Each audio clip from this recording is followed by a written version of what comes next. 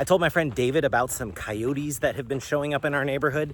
I guess right now I'm in coyote territory, which is why I'm thinking about it. And he told me something that surprised me. He said that every time he sees a coyote, he picks up a rock or a stick or whatever he can get his hands on, and he throws it at the coyote. Yeah. I know this is a pretty normal human reaction, but my friend David is actually a pretty chill guy, and so it was weird to me that he would instinctively grab rocks and throw them at the coyotes. But then he explained his logic, which made a lot of sense to me, and makes even more sense to me when I think about how it applies to our walk with God. He said he always throws rocks at coyotes because he doesn't want those coyotes being comfortable around people. He wants to make it so that when coyotes see people, they think, you know what, maybe I shouldn't get too close. Maybe I shouldn't try to make one of them my snack or eat one of their dogs or cats. And that simple thought about throwing rocks at coyotes made me think about sin in the life of a Christian.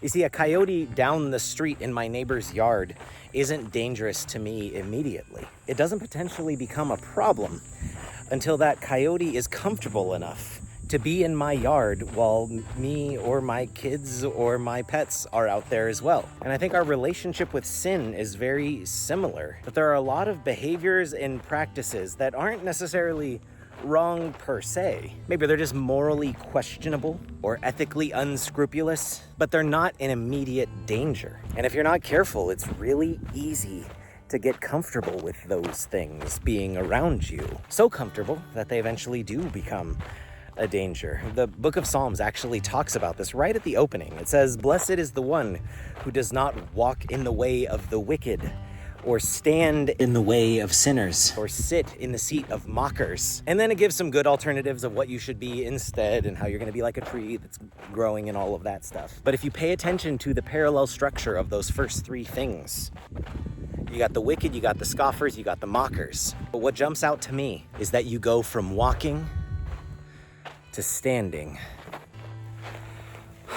to sitting.